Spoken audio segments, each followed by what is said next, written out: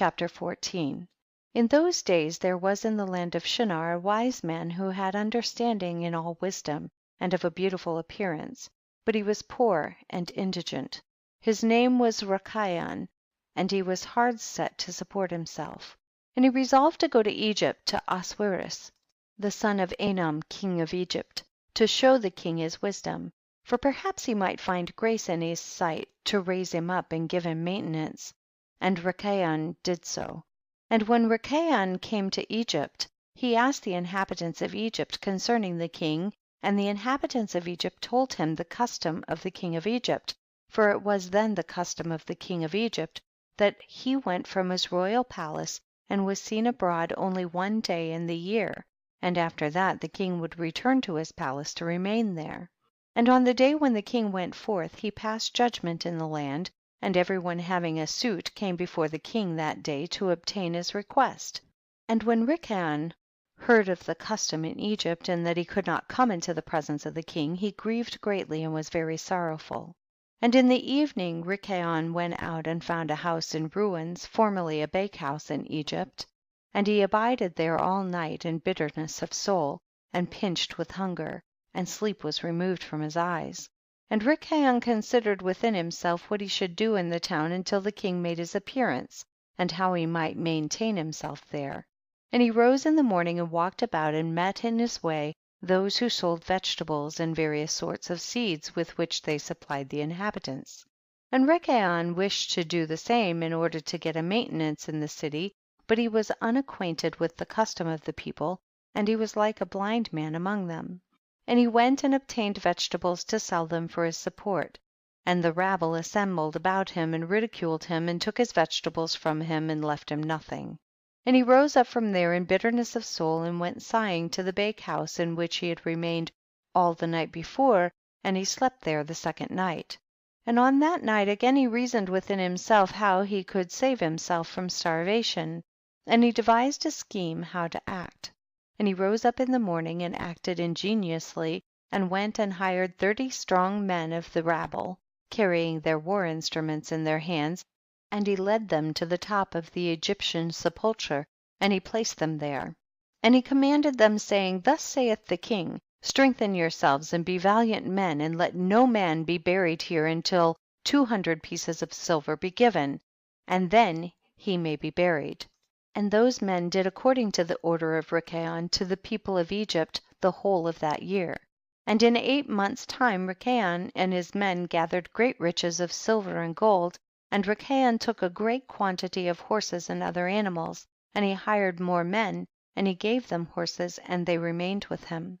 And when the year came around at the time the king went forth into the town, all the inhabitants of Egypt assembled together to speak to him concerning the work of Rikayon and his men.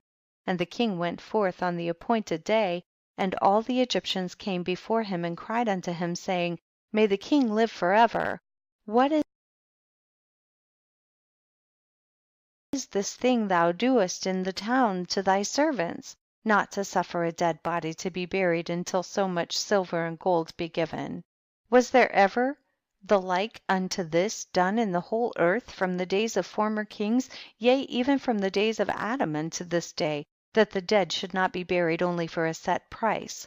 We know it to be the custom of kings to take a yearly tax from the living, but thou dost not only do this, but from the dead also thou exactest a tax day by day. Now, O king, we can no more bear this, for the whole city is ruined on this account, and dost thou not know it? And when the king heard all that they had spoken, he was very wroth, and his anger burned within him at this affair, for he had known nothing of it.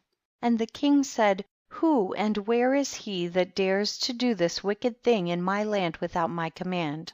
Surely you will tell me. And they told him all the works of Rikayon and his men, and the king's anger was aroused, and he ordered Rikayon and his men to be brought before him. And Rikayon took about 1,000 children, sons and daughters, and clothed them in silk and embroidery, and he set them upon horses and sent them to the king by means of his men. And he also took a great quantity of silver and gold and precious stones, and a strong and beautiful horse as a present for the king, with which he came before the king and bowed down to the earth before him. And the king, his servants, and all the inhabitants of Egypt wondered at the work of Rikayon, and they saw his riches and the present that he had brought to the king. And it greatly pleased the king, and he wondered at it. And when Rikayon sat before him, the king asked him concerning all his works. And Rikayon spoke all his words wisely before the king, his servants, and all the inhabitants of Egypt. And when the king heard the words of Rikayon and his wisdom, Rikayon found grace in his sight, and he met with grace and kindness from all the servants of the king and from all the inhabitants of Egypt, on account of his wisdom and excellent speeches, and from that time they loved him exceedingly. And the king answered and said to Rikayon, thy name shall no more be called Rikayon, but Pharaoh shall be thy name, since thou didst exact a tax from the dead. And he called his name Pharaoh. And the king and his subjects loved Rikayon for his wisdom, and they consulted with all the inhabitants of Egypt to make him prefect under the king. And all the inhabitants of Egypt and its wise men did so, and it was made a law in Egypt.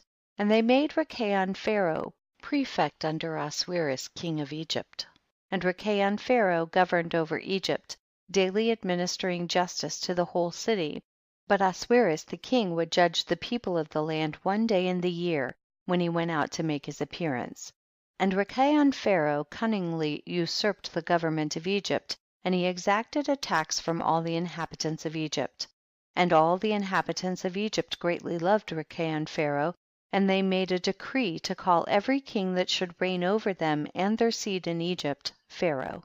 Therefore all the kings that reigned in Egypt from that time forward were called Pharaoh unto this day.